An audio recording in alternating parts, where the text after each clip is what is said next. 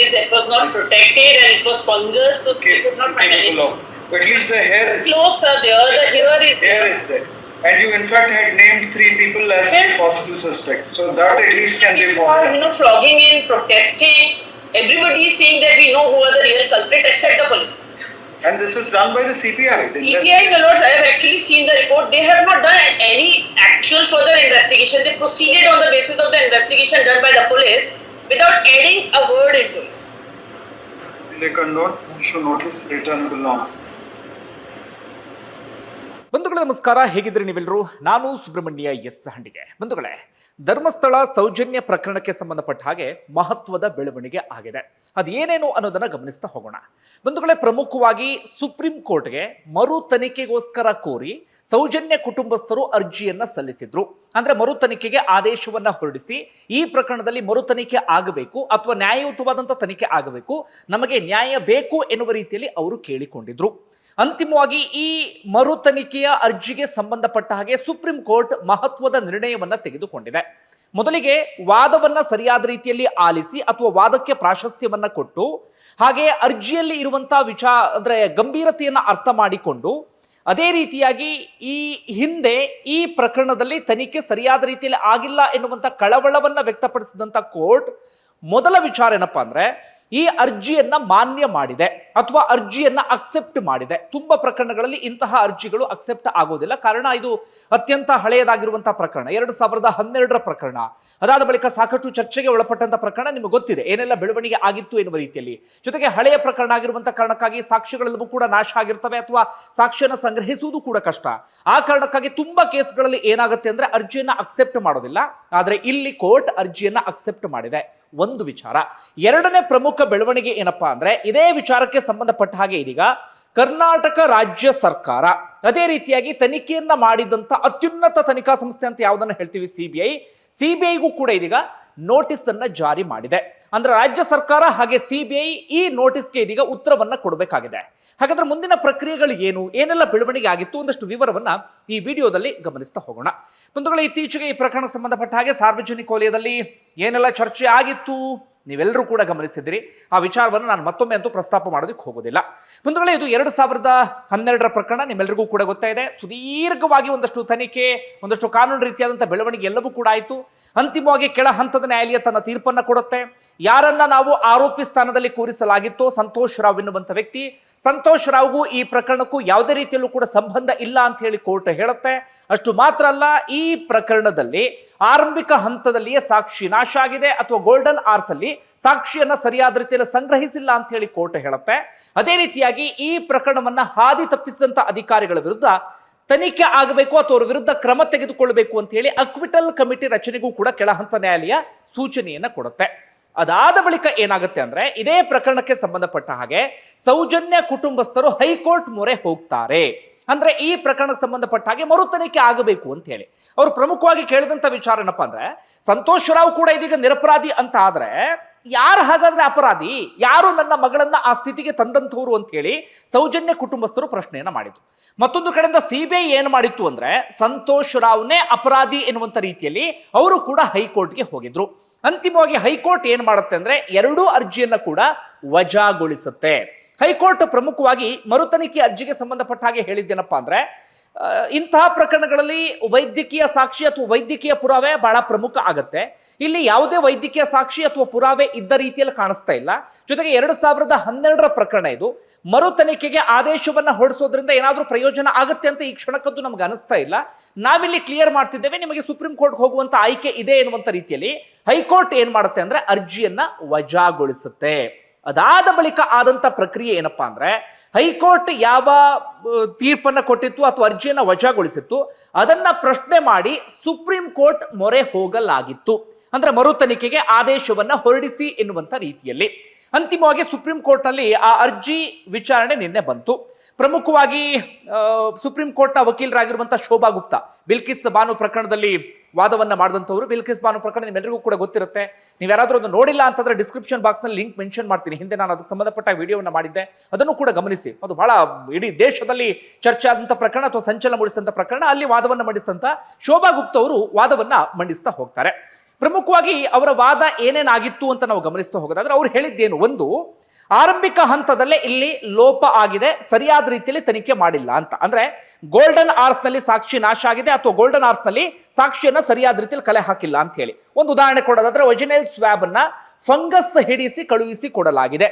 Fungus ಹಿಡಿಸೋದ್ರ ಹಿಂದೆ ಏನಾದ್ರೂ ಉದ್ದೇಶ ಇತ್ತಾ, ಸಾಕ್ಷಿ ನಾಶವನ್ನ ಮಾಡಲಾಗಿದೆಯಾ, ಅಥವಾ ಫಂಗಸ್ ಅನ್ನ ಹಿಡಿಸೋದ್ರಲ್ಲಿ ಏನಾದ್ರೂ ನಿರ್ಲಕ್ಷ್ಯ ಇದೆಯಾ ಅಥವಾ ಬೇಜವಾಬ್ದಾರಿತನ ಇದೆಯಾ, ಈ ರೀತಿಯಾಗಿ ಅವರು ಪ್ರಶ್ನೆಯನ್ನ ಮಾಡ್ತಾರೆ ಅಥವಾ ವಾದವನ್ನ ಮಂಡಿಸ್ತಾರೆ. ಅಂದ್ರೆ ಇಲ್ಲಿ ಸಾಕ್ಷಿಯನ್ನ ಸರಿಯಾದ ರೀತಿಯಲ್ಲಿ ಕಲೆ ಹಾಕಿಲ್ಲ ಅಂತ. ಇನ್ನೊಂದು ಉದಾಹರಣೆ ಕೊಡೋದಾದ್ರೆ CCTV ಫುಟೇಜ್ ಗಳನ್ನು ಕೂಡ ಸರಿಯಾದ ರೀತಿಯಲ್ಲಿ ಕಲೆ ಹಾಕಿಲ್ಲ ಎನ್ನುವ ರೀತಿಯಲ್ಲಿ. ಅಂದ್ರೆ ಒಂದು ಸಾಕ್ಷಿಗೆ ಸಂಬಂಧಪಟ್ಟ ಹಾಗೆ ಅವರು ವಾದವನ್ನ ಮಾಡ್ತಾ ಹೋಗ್ತಾರೆ. ಸಾಕ್ಷಿ ನಾಶ ಅಥವಾ ಸರಿಯಾದ ರೀತಿಯಲ್ಲಿ ಸಾಕ್ಷಿಯನ್ನ ಕಲೆ ಹಾಕಿಲ್ಲ ಎನ್ನುವಂತ ವಿಚಾರಕ್ಕೆ ಸಂಬಂಧಪಟ್ಟ ಹಾಗೆ ಅವರ ಎರಡನೇ ವಾದ ಏನಾಗಿತ್ತಪ್ಪ ಅಂದ್ರೆ, ಇಲ್ಲಿ ಅತ್ಯುನ್ನತ ತನಿಖಾ ಸಂಸ್ಥೆ ಅಂತ ಯಾವುದನ್ನ ಕರಿತೀವಿ ಸಿಬಿಐ ತನಿಖೆಯೇನೋ ಮಾಡಿದೆ, ಆದ್ರೆ ಸಿಬಿಐ ಹೊಸ ವಿಚಾರಗಳನ್ನ ಯಾವುದನ್ನು ಕೂಡ ಇಲ್ಲಿ ಪತ್ತೆ ಹಚ್ಚುವಂತ ಕೆಲಸವನ್ನ ಮಾಡಿಲ್ಲ ಅಥವಾ ಹೊಸದಾಗಿ ಏನನ್ನೂ ಕೂಡ ತನಿಖೆ ಮಾಡಿಲ್ಲ. ಸಿಬಿಐ ಮಾಡಿದ್ದೇನು ಅಂದ್ರೆ, ಹಿಂದೆ ಸ್ಥಳೀಯ ಪೊಲೀಸರು ತನಿಖೆಯನ್ನ ಮಾಡಿದ್ರಲ್ಲ, ಅದಾದ ಬಳಿಕ CID ತನಿಖೆಯನ್ನ ಮಾಡ್ತಲ್ಲ, ಅವ್ರು ಏನು ತನಿಖೆಯ ವರದಿಯನ್ನ ಕೊಟ್ಟಿದ್ರು ಅದನ್ನೇ ಇವರು ಕೂಡ ಮುಂದುವರಿಸಿಕೊಂಡು ಹೋಗಿದ್ದಾರೆ ಅಥವಾ ಅದಕ್ಕೆ ಒಂದು ಬೇರೆ ಬೇರೆ ಒಂದಷ್ಟು ರೂಪವನ್ನು ಕೊಟ್ಟು ಚಾರ್ಜ್ ಶೀಟ್ ಎನ್ನುವ ರೀತಿಯಲ್ಲಿ ಕೋರ್ಟ್ನ ಮುಂದಿಟ್ಟಿದ್ದಾರೆ ಹೊರತಾಗಿ ಅತ್ಯುನ್ನತ ತನಿಖಾ ಸಂಸ್ಥೆ ಅಂತ ಕರಿತೀವಿ, ಆದ್ರೆ ಇವರು ಹೊಸದಾಗಿ ಏನನ್ನೂ ಕೂಡ ತನಿಖೆ ಮಾಡಿಲ್ಲ ಅನ್ನೋದು ಕೂಡ ಅವರ ಪ್ರಮುಖ ವಿಚಾರ ಆಗಿತ್ತು. ನಿಮ್ಮೆಲ್ಲರಿಗೂ ಕೂಡ ಅರ್ಥ ಆಗ್ತಿದೆ ಅಂತ ಅನ್ಕೊಳ್ತೀನಿ. ಆ ಕಾರಣಕ್ಕಾಗಿ ನಾನು ಎಳೆಯಾಗಿ ಬಿಡಿಸಿ ಹೇಳ್ತಾ ಇದ್ದೀನಿ. ಅಂದ್ರೆ ಒಂದು ಸಾಕ್ಷಿ ನಾಶಕ್ಕೆ ಸಂಬಂಧಪಟ್ಟ ಹಾಗೆ, ಮತ್ತೊಂದು ಸಿಬಿಐ ತನಿಖೆ ಮಾಡಿದಂತ ರೀತಿಗೆ ಸಂಬಂಧಪಟ್ಟ ಹಾಗೆ. ಅದೇ ರೀತಿಯಾಗಿ ಮತ್ತೊಂದು ವಿಚಾರ ಅಂದ್ರೆ, ಈ ಪ್ರಕರಣದಲ್ಲಿ ಒಂದಷ್ಟು ಶಂಕಿತರು ಇದ್ರು, ಮೂವರ ಹೆಸರುಗಳನ್ನ ಮತ್ತೆ ಮತ್ತೆ ಪ್ರಸ್ತಾಪ ಮಾಡಲಾಗ್ತಿತ್ತಲ್ಲ, ಅದಕ್ಕೆ ಸಂಬಂಧಪಟ್ಟ ಹಾಗೆಯೂ ಕೂಡ ಕೋರ್ಟ್ ನಲ್ಲಿ ಅವರು ವಾದವನ್ನ ಮಂಡಿಸ್ತಾ ಹೋಗ್ತಾರೆ. ಮೂವರು ಶಂಕಿತರಿಗೆ ಸಂಬಂಧಪಟ್ಟ ಹಾಗೆ ಬೆರಳು ಮಾಡಿ ತೋರಿಸಲಾಯಿತು, ಸಾಕಷ್ಟು ಚರ್ಚೆಯೂ ಕೂಡ ಆಯಿತು ಸಾರ್ವಜನಿಕ ವಲಯದಲ್ಲಿ, ಅವನ್ನ ಕಾನೂನು ಪ್ರಕ್ರಿಯೆಗೆ ಒಳಪಡಿಸಿದ್ದು ಕೂಡ ಹೌದು. ಆದರೆ ಸಿಬಿಐ ಅವರನ್ನ ಸರಿಯಾದ ರೀತಿಯಲ್ಲಿ ತನಿಖೆಯನ್ನ ಮಾಡಿಲ್ಲ. ಅವರಿಂದ ಯಾವ್ದ್ಯಾವ್ದನ್ನ ಕಲೆ ಹಾಕಬೇಕಾಗಿತ್ತು ಅದ್ಯಾವುದನ್ನು ಕೂಡ ಕಲೆ ಹಾಕಲಾಗಿಲ್ಲ. ಅವರಿಂದ ಯಾವ್ದ್ಯಾವ್ದನ್ನ ಮ್ಯಾಚ್ ಮಾಡಬೇಕಾಗಿತ್ತು, ಅದನ್ನು ಉದಾಹರಣೆಗೆ ಹೇರ್ ಅಂತ ಇಟ್ಕೊಳ್ಳಿ, ಅದನ್ನು ಕೂಡ ಸರಿಯಾದ ರೀತಿಯಲ್ಲಿ ಮ್ಯಾಚ್ ಮಾಡಿಲ್ಲ. ಹೀಗಾಗಿ ಶಂಕಿತರ ವಿಚಾರಣೆಯು ಕೂಡ ಸರಿಯಾದ ರೀತಿಯಲ್ಲಿ ನಡೆದಿಲ್ಲ.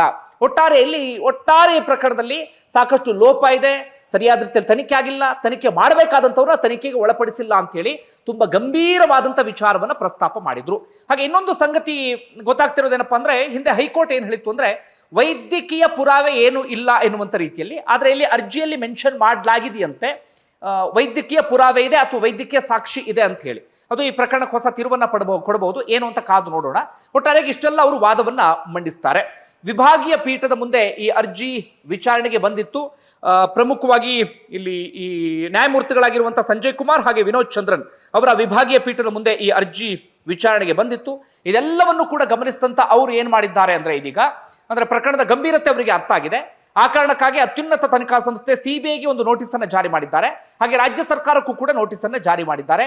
ಏಪ್ರಿಲ್ 29ಕ್ಕೆ ವಿಚಾರಣೆಯನ್ನ ಮುಂದೂಡಿಕೆ ಮಾಡಲಾಗಿದೆ. ಹಾಗಾದ್ರೆ ಈ ಪ್ರಕರಣದಲ್ಲಿ ಮುಂದಿನ ಪ್ರಕ್ರಿಯೆಗಳು ಏನು ಅಂತ ನಾವು ಗಮನಿಸ್ತಾ ಹೋಗೋದಾದ್ರೆ, ಈಗ ನೋಟಿಸ್ ಅನ್ನ ಜಾರಿ ಮಾಡಿರುವಂತ ಕಾರಣಕ್ಕಾಗಿ ಸಿಬಿಐ ಯಾಕೆ ಲೋಪ ಆಯಿತು, ಯಾವ ರೀತಿಯಾಗಿ ಲೋಪ ಆಯಿತು, ಮರು ತನಿಖೆಗೆ ಸಂಬಂಧಪಟ್ಟ ಹಾಗೆ ಸಿಬಿಐನ ಅಭಿಪ್ರಾಯ ಏನು, ಅದೆಲ್ಲವನ್ನು ಕೂಡ ಅವರು ಲಿಖಿತ ಉತ್ತರದಲ್ಲಿ ಕೋರ್ಟ್ಗೆ ಸಲ್ಲಿಕೆ ಮಾಡಬೇಕಾಗತ್ತೆ ಅಥವಾ ನೋಟಿಸ್ಗೆ ಉತ್ತರವನ್ನು ಕೊಡಬೇಕಾಗತ್ತೆ. ಇನ್ನು ರಾಜ್ಯ ಸರ್ಕಾರವೂ ಕೂಡ ಅಷ್ಟೇ, ಮರು ತನಿಖೆಯ ಅವಶ್ಯಕತೆ ಇದೆಯಾ ಅಥವಾ ಹಿಂದೆ ತನಿಖೆಯಲ್ಲಿ ಏನು ಎಡವಟ್ಟಾಗಿದೆ, ಏನು ಲೋಪ ಆಗಿದೆ, ರಾಜ್ಯ ಸರ್ಕಾರ ಅದರಲ್ಲಿ ಏನನ್ನ ಗಮನಿಸಿದೆ, ರಾಜ್ಯ ಸರ್ಕಾರದ ಅಭಿಪ್ರಾಯ ಏನು ಸೌಜನ್ಯ ಪ್ರಕರಣಕ್ಕೆ ಸಂಬಂಧಪಟ್ಟ ಹಾಗೆ, ಅದನ್ನು ಕೂಡ ಅವರು ಲಿಖಿತ ರೂಪದಲ್ಲಿ ಉತ್ತರವನ್ನ ಕೊಡಬೇಕಾಗತ್ತೆ. ಒಂದು ಕಡೆಯಿಂದ ಅವರ ಉತ್ತರ ಬರುತ್ತಾ, ಅದಾದ ಬಳಿಕ ಏಪ್ರಿಲ್ 29ನೇ ತಾರೀಕು ಫೈನಲ್ ಆರ್ಗ್ಯುಮೆಂಟ್ ಇರುತ್ತೆ ಇದಕ್ಕೆ ಸಂಬಂಧಪಟ್ಟ ಹಾಗೆ.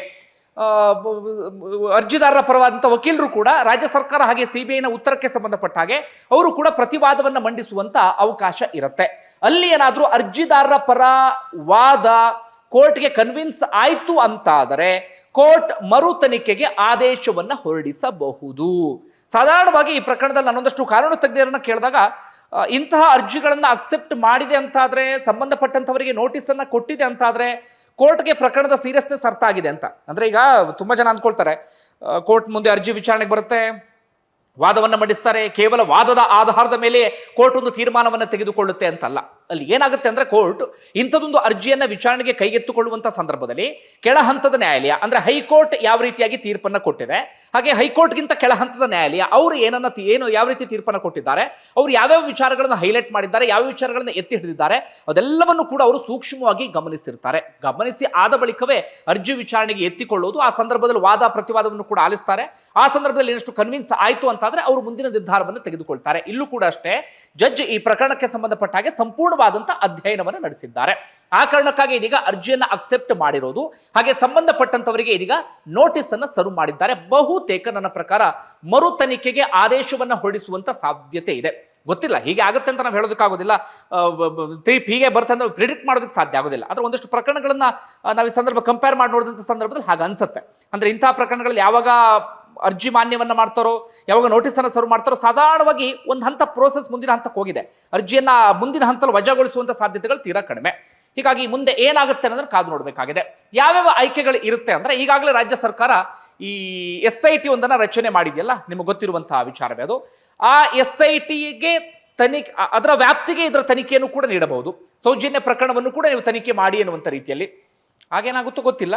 ಇನ್ನೊಂದೇನಪ್ಪಾ ಅಂದ್ರೆ, ಸುಪ್ರೀಂ ಕೋರ್ಟ್ನ ನಿಗಾದಲ್ಲಿಯೇ, ಅಂದ್ರೆ ತೀರಾ ಗಂಭೀರವಾದಂತಹ ಪ್ರಕರಣ ಅಥವಾ ಸುಪ್ರೀಂ ಕೋರ್ಟ್ಗೆ ಇನ್ನಷ್ಟು ಮನವರಿಕೆ ಆಯ್ತು ಅಂತಾದ್ರೆ, ಅಥವಾ ಇಲ್ಲಿ ಬೇರೆ ಏನೇನೋ ಇದೆ ಅನ್ನುವಂಥದ್ದು ಗಮನಕ್ಕೆ ಬಂತು ಅಂತಾದ್ರೆ, ಸುಪ್ರೀಂ ಕೋರ್ಟ್ನ ಮಾರ್ಗದರ್ಶನದಲ್ಲಿ ಅಥವಾ ಸುಪ್ರೀಂ ಕೋರ್ಟ್ನ ನಿಗಾದಲ್ಲಿಯೇ ಇದರ ಮರು ತನಿಖೆ ಅಂತ ಪ್ರಕ್ರಿಯೆಗಳೆಲ್ಲವೂ ಕೂಡ ನಡೆಯುವಂತ ಸಾಧ್ಯತೆಗಳು ಇರುತ್ತೆ.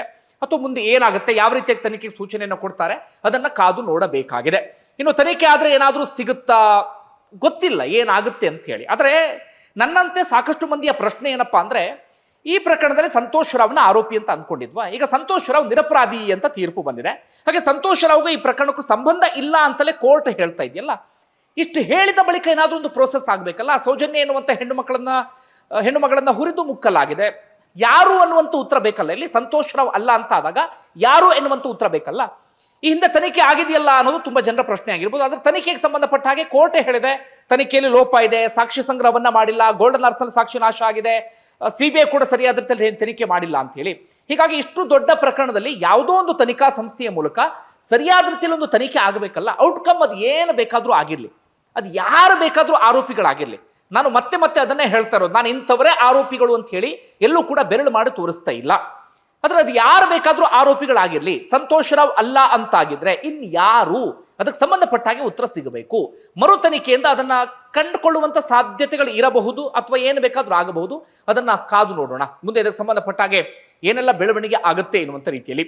ಅಂದ್ರೆ ನಮ್ಮೆಲ್ಲರ ಆಗ್ರಹ ಇದ್ದಿದ್ದು ಎರಡು, ಒಂದು ಮರು ತನಿಖೆಗೆ ಸಂಬಂಧಪಟ್ಟ ಹಾಗೆ, ಮತ್ತೊಂದು ಈ ಪ್ರಕರಣವನ್ನ ಹಳ್ಳೆ ಹಿಡಿಸಿದ್ದಾರೆ ಅಂತ ಹೇಳಿ ಸ್ವತಃ ಕೋರ್ಟ್ ಹೇಳಿದೆಯಲ್ಲ. ಅಕ್ವಿಟಲ್ ಕಮಿಟಿನ ರಚನೆ ಮಾಡಬೇಕು ಅಂತ ಸ್ವತಃ ಕೋರ್ಟ್ ಹೇಳಿದೆ. ಅಕ್ವಿಟಲ್ ಕಮಿಟಿ ರಚನೆ ಮಾಡಿ ಅಧಿಕಾರಿಗಳ ವಿರುದ್ಧ ಸರಿಯಾದ ರೀತಿಯಲ್ಲಿ ತನಿಖೆ ಆಗಬೇಕು ಅಂತ ಹೇಳಿ ಆ ಅಕ್ವಿಟಲ್ ಕಮಿಟಿ ರಚನೆಯೂ ಕೂಡ ಆಗಬೇಕು ಅನ್ನೋದು ಕೂಡ ನಮ್ಮ ಒತ್ತಾಯ ಆಗಿದೆ. ಏನೋ ಒಂದು ಬೆಳವಣಿಗೆ ಆಗುವ ರೀತಿಯಲ್ಲಂತೂ ಕಾಣಿಸ್ತಾ ಇದೆ. ಕೊನೆಗೂ ಸುಪ್ರೀಂ ಕೋರ್ಟ್ ಹಂತದವರೆಗೆ ಹೋಗಿ ಸುಪ್ರೀಂ ಕೋರ್ಟ್ ಅಕ್ಸೆಪ್ಟ್ ಮಾಡುತ್ತೆ ಎನ್ನುವಂಥ ನಿರೀಕ್ಷೆ ಇರಲಿಲ್ಲ, ಆದ್ರೆ ಅಕ್ಸೆಪ್ಟ್ ಮಾಡಿದೆ. ಹೀಗಾಗಿ ಏನಾದರೂ ಒಂದಷ್ಟು ಬೆಳವಣಿಗೆ ಆಗಬಹುದು. ಜೊತೆಗೆ ಮೊನ್ನೆ ಹೈಕೋರ್ಟ್ನಲ್ಲಿ ಒಂದು ಬೆಳವಣಿಗೆ ಆಗಿತ್ತು, ಅದನ್ನು ಕೂಡ ಸೇರಿಸ್ಬಿಡ್ತೀನಿ. 74 ಅಸಹಜ ಸಾವುಗಳಿಗೆ ಸಂಬಂಧಪಟ್ಟ ಹಾಗೆ ಧರ್ಮಸ್ಥಳದ ವ್ಯಾಪ್ತಿಯಲ್ಲಿ ಹೈಕೋರ್ಟ್ನಲ್ಲಿ ವಾದ ಪ್ರತಿವಾದ ಎಲ್ಲವೂ ಕೂಡ ಆಯಿತು. ಅಂತಿಮವಾಗಿ ಹೈಕೋರ್ಟ್ ಹೇಳಿದೆ 74 ಅಸಹಜ ಸಾವುಗಳಿಗೆ ಸಂಬಂಧಪಟ್ಟ ಹಾಗೆ ಮುಂದಿನ ಡೇಟ್ನಲ್ಲಿ ವರದಿಯನ್ನ ಕೊಡಿ ಅಂತ ಹೇಳಿ ರಾಜ್ಯ ಸರ್ಕಾರಕ್ಕೆ ಸೂಚನೆ ಕೊಟ್ಟಿದೆ. 74 ಅಸಹಜ ಸಾವಾಗಿದ್ದಿಲ್ಲ, ಅದಕ್ಕೆ ಸಂಬಂಧಪಟ್ಟ ಏನು ಮಾಡಿದ್ದೀರಿ ನೀವು? ಪೋಸ್ಟ್ ಮಾರ್ಟಮ್ ಮಾಡಿದ್ದೀರಾ, ಪಂಚನಾಮೆ ಮಾಡಿದ್ದೀರಾ, ಸರಿಯಾದ ರೀತಿಯಲ್ಲಿ ಕಾನೂನು ಪ್ರಕ್ರಿಯೆ ಆಗಿದೆಯಾ, ಏನು ಕತೆ? ಒಟ್ಟಲ್ಲಿ ಸಾವನ್ನಪ್ಪಿದ್ದಾರಲ್ಲ, ಯಾರೋ ಒಂದು 74 ಜನ ಸಾವನ್ನಪ್ಪಿದ್ದಾರಲ್ಲ, ಅವ್ರ ಹಿನ್ನೆಲೆ ಏನು, ಅವ್ರು ಯಾರು, ಅವ್ರಿಗೆ ಸಾವಿಗೆ ಸಂಬಂಧಪಟ್ಟಾಗ ಏನೆಲ್ಲ ಪ್ರಕ್ರಿಯೆಗಳಾಗಿದೆ, ಯಾಕೆ ಸಾವನ್ನಪ್ಪಿದ್ದಾರೆ, ಈ ರೀತಿಯಾಗಿ ಒಂದಷ್ಟು ವಿಚಾರಗಳನ್ನು ಮುಂದಿಟ್ಟು ವರದಿ ಬೇಕು ಅಂತ ಹೇಳಿ ಕೇಳಿದೆ. ಒಟ್ಟಾರೆಯಾಗಿ ಎರಡೂ ವಿಚಾರದಲ್ಲೂ ಕೂಡ ಕಾನೂನು ರೀತಿಯಲ್ಲಿ ಒಂದಷ್ಟು ಬೆಳವಣಿಗೆ ಆಗ್ತಾ ಇದೆ. ಕಾನೂನು ರೀತಿಯಲ್ಲಿ ಆಗಿರುವಂತಹ ಬೆಳವಣಿಗೆ ವಿಚಾರವನ್ನ ನಿಮ್ಮ ಮುಂದೆ ಇಟ್ಟಿದ್ದೇನೆ. ಬಂಧುಗಳು, ನಿಮಗೆ ಏನಿಸ್ತದೆ ಕಮೆಂಟ್ ಬಾಕ್ಸ್ ಅಲ್ಲಿ ಮೆನ್ಷನ್ ಮಾಡಿ. ಧನ್ಯವಾದ ವಿಡಿಯೋ ನೋಡಿದ್ದಕ್ಕಾಗಿ.